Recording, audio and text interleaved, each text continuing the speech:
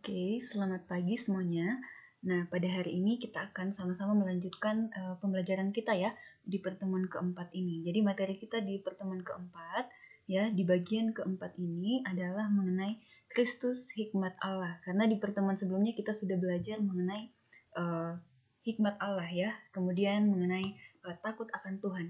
Jadi takut akan Tuhan itu berkaitan sekali dengan yang namanya hikmat ya yang kita pelajari minggu lalu, sehingga Ibu harapkan setelah kita sampai di materi ini, kalian juga sudah memahami ya, takut akan Tuhan kemudian kaitannya dengan hikmat di minggu lalu. Nah, Ibu tidak akan mereview lagi, karena Ibu percaya bahwa kalian semua sudah bertanggung jawab untuk mengingat semua ini ya, bahkan mencatat bagian yang penting dari bagian ini. Oke, dan sebelum kita memulai pembelajaran ini, Ibu juga mengharapkan bahwa setiap dari kalian sudah berdoa masing-masing ya, seperti yang diinstruksikan pada biasanya. Gitu. Nah, sekarang kita akan melanjutkan materi mengenai Yesus adalah hikmat Allah. Nah, di sini dikatakan bahwa Yesus itu adalah hikmat Allah. Nah, minggu lalu kita membahas ya, ini kok kita membahasnya dari kitab Amsal di Perjanjian Lama. Kenapa tiba-tiba kita membahas bahwa Yesus adalah hikmat Allah. Nah, di sini silahkan diperhatikan dengan baik-baik dan dipahami supaya tidak salah paham gitu ya. Nah, jadi Yesus adalah hikmat Allah. Nah, bukan berarti Yesus itu sama dengan hikmat ya, tidak. Tapi di sini maksudnya adalah Yesus adalah satu-satunya pribadi yang bisa menunjukkan bagaimana hidup yang berkenan kepada Allah atau hidup yang berhikmat itu sendiri ya. Jadi itu yang dimaksud. Jadi tidak sama Yesus dengan hikmat. Jadi bedakan itu ya. Tetapi di sini yang mau ditekankan adalah Yesus adalah satu-satunya pribadi yang bisa menunjukkan bagaimana hidup yang berkenan kepada Allah. Sehingga nanti Ibu akan menunjukkan beberapa bagian ya yang bisa kita lihat. Kenapa Yesus dikatakan sebagai hikmat Allah. Nah, sekarang sini kita mau tahu bagaimana penilaian Allah. Nah, kalau kita mau tahu bagaimana penilaian Allah, nah kita harus melihat kepada Yesus Kristus. Kita harus kembali melihat hidupnya Yesus bagaimana ya. Penilaian Allah itu pasti kita merujuk kepada pribadi Yesus itu sendiri. Kemudian apa yang Allah kehendaki? Kembali lagi kita akan melihat pada pribadi Yesus ini. Makanya dikatakan bahwa Yesus adalah hikmat Allah, karena segala sesuatu yang dikehendaki Allah kita contoh atau kita teladani dan kita lihat kepada pribadi Yesus ini. Nah, kemudian di sini bagaimana pola pikir Allah. Nah, kita mengetahui bagaimana pola pikir Allah lewat pribadi Yesus ya. Bagaimana cara Yesus berpikir. Nah, kamu bisa mengamati lewat mungkin cerita-cerita di sekolah minggu atau di gereja atau bahkan di mata pelajaran BS sebelumnya ya, yang pernah kamu dengarkan mengenai pribadi Yesus itu seperti apa. Nah, di situ kamu bisa melihat bagaimana sih pribadi dari Yesus ini ya, pola pikirnya seperti apa. Kemudian apa yang diinginkan atau dirindukan Allah dari manusia. Nah, itu juga bisa dilihat dari Yesus. Kalian bisa melihatnya dari bagaimana Yesus mengajar ya murid-muridnya pada saat itu atau orang-orang pada zamannya. Nah, Ibu tidak akan langsung memberikan kalian ya, oh di perjanjian baru berkata seperti ini, tidak, tapi Ibu akan mengantarkan kamu sampai di sini dan kamu yang akan coba mengingat apa yang sudah kalian dengar sebelumnya mengenai apa yang Allah rindukan atau bagaimana sih keinginan Yesus kepada manusia, apa yang diinginkan Yesus dari manusia, dari murid-muridnya atau orang yang diajarinya. Nah, kemudian kita juga akan melihat apa sih yang membuat Allah murka ya atau marah ya kepada umatnya. Nah, kita juga bisa melihat pada pribadi Yesus. Nah, mungkin kalian langsung ingat ya pada saat itu ketika Tuhan Yesus di bait suci ya, pada saat ada orang yang menjual di bait suci pada saat itu. Nah, di situ Tuhan Yesus menunjukkan bagaimana dia murka. Nah, mungkin ada contoh lain yang bisa kalian lihat ya mengenai bagaimana apa yang membuat Allah murka. Ya, dan kalian bisa lihat di pribadi Yesus itu sendiri ketika dia berada di bumi, dan kalian bisa lihat di perjanjian baru ya mengenai kisah ini. Kemudian apa yang menggerakkan hati Allah. Nah, ini juga semuanya bisa kamu lihat pada pribadi atau hatinya Yesus Kristus. Nah, jadi mengapa dikatakan Yesus adalah hikmat Allah? Karena segala sesuatu yang ingin kita ketahui tentang Allah itu ada di dalam pribadi Yesus Kristus ya. Kita bisa lihat atau teladani dan kita bisa contoh dari Yesus Kristus. Kamu bisa tahu bagaimana penilaian Allah ya terhadap manusia, kemudian pola pikirnya Allah, kemudian apa yang Allah rindukan atau inginkan ya, apa yang membuat Allah marah atau murka. Nah, itu semua bisa kita lihat pada pribadi Yesus Kristus ini. Oke, kita lanjut ya. Nah, jadi dari Kristuslah kita bisa mengenal Allah dan memiliki hikmat yang berkenan kepada Allah. Nah, di sini Ibu tidak akan langsung membacakan kamu ya di Kolose 2 ayat 2, nanti silahkan tugasmu masing-masing perhatikan Kolose 2 ayat 2 gitu ya. Dari sini dikatakan bahwa Kristus, jadi dari Kristus kita bisa mengenal Allah dan memiliki hikmat yang berkenan kepada Allah. Nah, kalau kita mau hidup berkenan kepada Allah dan memiliki hikmat ya yang sesuai dengan kemauannya Allah, keinginan Allah, maka kita harus mencontoh ini, pribadi Yesus Kristus seperti itu. Nah, kemudian di sini dikatakan juga ya, jika kita ingin hidup dalam hikmat Allah, maka hidup kita pun harus tunduk dalam terang kehidupan Kristus. Seperti itu. Nah, jadi ini materinya akan singkat saja, Ibu tidak mau banyak-banyak menjelaskan, setidaknya ini bisa menolong kalian ya, bahwa kenapa yang dikatakan hikmat Allah adalah Yesus, pribadi Yesus Kristus itu sendiri. Nah, ini bisa sudah kalian lihat di sini ya. Oke, selanjutnya ini yang Ibu maksudkan tadi ya, yang dimaksud dengan hikmat Allah dalam Amsal ya. Nah, kalau dalam Amsal sendiri yang dimaksudkan hikmat Allah adalah ini, kata-kata yang bermakna didikan, kebenaran, keadilan, dan kejujuran. Nah, itu kalau kamu perhatikan di kitab Amsal banyak sekali kata-kata yang seperti ini ya. Nah, itu bisa dilihat, nanti kamu amati lagi nih. Pokoknya setiap ayat yang Ibu cantumkan di dalam PPT, kamu boleh amati masing-masing ya, dipahami satu-satu. Ini Amsal 1 ayat 2 sampai 3 gitu ya. Hikmat itu adalah kata-kata yang bermakna didikan, kebenaran, keadilan, dan kejujuran. Kemudian di sini ayat 1, pasal 1 ayat 7 ya. Hikmat itu bermula dari sikap kita yang takut akan Tuhan. Nah, ini berkaitan dengan ayat yang Ibu minta untuk kalian hafalkan sebelumnya ya. Jadi ayat kunci kita ya. Jadi hikmat bermula dari sikap hati yang takut kepada Tuhan. Jadi awal dari hikmat kita bisa memperoleh hikmat dari apa? Sikap kita, pertama-tama dari sikap kita yang takut akan Tuhan. Karena ini kita membahas mengenai hikmat Allah seperti itu. Kemudian orang yang menolak hikmat disebut sebagai orang yang bodoh. Tapi ini dalam tanda kutip adalah orang yang bodoh secara rohani ya. Jadi orang yang menolak hikmat Allah itu disebut sebagai orang yang bodoh.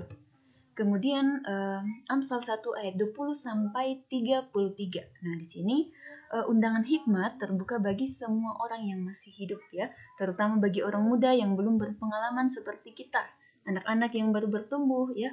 Kemudian tidak ada jalan netral sehingga kita di sini harus memilih hikmat atau menolaknya. Jadi ada pilihan, mau pilih hikmat atau kita mau menolaknya ya. Nah, kalau kita menolaknya berarti itu adalah suatu kebebalan yang dikatakan di dalam Amsal. Jadi tidak kita harus pilih satu dari dua pilihan tersebut dalam hidup ini. Nah, sekarang kalian ya mau pilih salah satu. Pilih yang mana? Mau pilih hikmat kah atau menolak hikmat ya? Nah, kalau kita menolaknya berarti ini, kita memilih hidup bebal ya, kebebalan. Kemudian kita next ke pasal 2 ayat 1, yang dimaksud hikmat Allah dalam Amsal adalah ini ya. Jadi hikmat itu mempersonifikasikan dirinya atau menggambarkan dirinya sebagai orang tua yang bijaksana ya, yang sedang menasihati pendengarnya sebagai anaknya. Jadi hikmat itu memberikan kita didikan ya, seperti orang tua yang bijaksana, menasihati kita ya sebagai pendengarnya ya, sebagai pendengar. Kita yang sebagai pendengar atau sekaligus sebagai anak-anak ya. Karena dikatakan bahwa ini adalah sebuah personifikasi. Seperti itu. Nah, ini bisa kamu amati nanti bagaimana hikmat yang dimaksudkan di dalam Amsal ya. Nah, kemudian pasal 2 ayat 6, 9 dan 10 dirangkumkan di sini bahwa Tuhanlah yang memberikan hikmatnya ya, yaitu jalan kebenaran, keadilan, kejujuran, kebaikan, pengetahuan surgawi dan kebijaksanaan. Jadi Ibu mencantumkan ya ini sebagai beberapa gambaran mengenai hikmat itu sendiri ya, supaya kamu bisa mengamati, supaya pada saat kamu membaca kitab Amsal, kamu tidak hanya sekedar membaca, tapi pada saat kamu baca, misalnya di Amsal 1 ayat 7, kamu bisa mengingat ya bahwa oh ini saya pelajari di topik ini ya. Oh ternyata ini adalah membahas tentang hikmat Allah di dalam Amsal. Bahwa ternyata hikmat itu bermula dari sikap kita yang takut akan Tuhan. Seperti itu ya. Jadi itu maksudnya Ibu menampilkan beberapa ayat ini. Nah kemudian ini adalah lanjutannya ya. Mengenai tadi bagian mengenai apa sih hikmat yang dibahas di dalam kitab Amsal. Nah, kita akan lanjutkan. Ajaran hikmat adalah ini. Kita diajarkan untuk percaya kepada Tuhan dengan segenap hati ya, dan jangan bersandar pada pengertian kita sendiri ya. Dan kita diminta untuk mengakui Dia dalam segala kelakuan kita. Nah, sehingga di sini hikmat yang akan meluruskan kita gitu ya. Jadi jangan menganggap diri kita itu bijak, tetapi kita diminta untuk takut akan Tuhan dan menjauhi kejahatan. Nah, ini adalah ajaran hikmat seperti itu. Kemudian bagian berikutnya di pasal 3 ayat 11 sampai 13, hikmat membawa kebahagiaan karena ia mengajar orang yang dikasihinya. Jadi hikmat ini ya memberikan kita kebahagiaan. Kenapa? Karena ia selalu mengajarkan kita. Sehingga Ibu akan selalu mengatakan bahwa di dalam kitab Amsal kamu akan menemukan kata-kata yang begitu indah ya, yang mengajarkan kita, yang mendidik kita. Karena memang Amsal ini berisi ajaran-ajaran seperti itu. Nah, kemudian di pasal 3 ada ayat 4, hikmat itu melebihi ya, lebih berharga daripada harta yang mahal. Jadi melebihi harta yang mahal. Kemudian pasal 3 ayat 19, hikmat juga digambarkan seperti ini. Ya. Jadi dengan hikmat Tuhan meletakkan dasar bumi ya. Ini berkaitan dengan penciptaan alam semesta. Jadi Tuhan menciptakan alam semesta ini dengan hikmat seperti itu. Kemudian pasal 3 ayat 27 sampai 35, gambaran hikmat yang kita dapat di sini adalah ini, ya. Jadi hikmat itu memberikan kita pengajaran ya, bagaimana caranya kita berbuat kebaikan ya. Jadi bukan hanya berbuat kebaikan, apalagi ini kita membahas tentang hikmat Allah. Nah, kalau kita membahas hikmat Allah, berarti kita garis bawahi bahwa hikmat yang kita pelajari atau pada saat kita mengatakan ini perbuatan baik di sini itu bukan berarti berbuat baik yang seperti biasa kita lakukan ya. Oh, saya berbuat baik karena ada tujuan terselubung misalnya ya, supaya nanti teman saya menolong saya. Bukan seperti itu, tetapi benar-benar hikmat ini didasarkan pada kebenaran Tuhan. Nah, berarti kalau kita berbuat baik berdasarkan kebenaran Tuhan, berdasarkan hikmat Allah, kita tidak hanya sekedar berbuat baik supaya dilihat orang, tetapi benar-benar kita meletakkan itu untuk kemuliaan Tuhan. Seperti itu ya. Jadi itu bedanya hikmat manusia dengan hikmat dunia ya. Hikmat manusia atau hikmat dunia dengan hikmat Allah ya. Kemudian kita lanjut ke pasalnya yang keempat, ayat 1 sampai 27. Hikmat Allah atau didikan Allah itu merupakan suatu kebenaran Tuhan ya. Hikmat adalah didikan kebenaran Tuhan untuk hidup kita. Jadi hikmat yang kita pelajari dalam kitab Amsal ini mengandung didikan kebenaran Tuhan. Jadi untuk kebaikan dalam hidup kita. Makanya di Amsal pasal 1 ayat 1 sampai 7 itu ya dituliskan mengenai tujuan Amsal dituliskan. Jadi untuk apa? Nah, memberikan didikan ya kepada hidup kita. Kemudian di pasal 5 ayat 1 sampai 23 dirangkumkan di sini ya. Hikmat tidak melakukan persinahan karena Tuhan Maha mengetahui ya, atau Maha tahu gitu. Kemudian dan akan menghukum. Nah, nanti kamu lihat ya di ayatnya ini maksudnya apa? Supaya bisa paham, nanti kamu bisa langsung amati. Jadi itu tugasmu ya. Setiap Ibu cantumkan ayat-ayat di sini, kamu baca penjelasan di sini, lalu bandingkan dengan apa yang kamu baca, apa yang dimaksud di sini ya, kira-kira apa yang dibaca, kemudian apa yang dituliskan di sini. Seperti itu. Kamu bandingkan. Nah, kemudian tadi mungkin sempat spoiler ya, tadi sempat muncul minggu depan ada pengumuman nih ya. Jadi mohon diperhatikan jika ada teman-temanmu yang mungkin sering lalai, minta tolong untuk kamu ingatkan mengenai pengumuman ini ya. Jadi minggu depan kita akan melaksanakan formatif 1 ya. Mengadakan formatif 1, dari mana materinya Bu? Dari pertemuan pertama sampai hari ini ya. Pertemuan 1 sampai 4. Kemudian yang ketiga, jika ada yang ingin kalian tanyakan selama minggu ini, Ibu kasih waktu selama minggu ini, mungkin kamu mau persiapan formatif 1 ya, dan mungkin ada hal yang kurang kamu pahami. Silahkan tanyakan ke ibu ya, via WA, lewat WA seperti itu. Jadi cukup untuk hari ini, hanya itu yang akan kita bahas hari ini. Jadi semoga materinya yang Ibu sudah berusaha singkat ini ya, semoga ini bisa dipahami. Dan kemudian jika mungkin ada gangguan suara ya tadi yang mungkin kalian dengar, diabaikan saja seperti itu ya. Karena di sini juga di tempat Ibu sedang berisik seperti itu ya.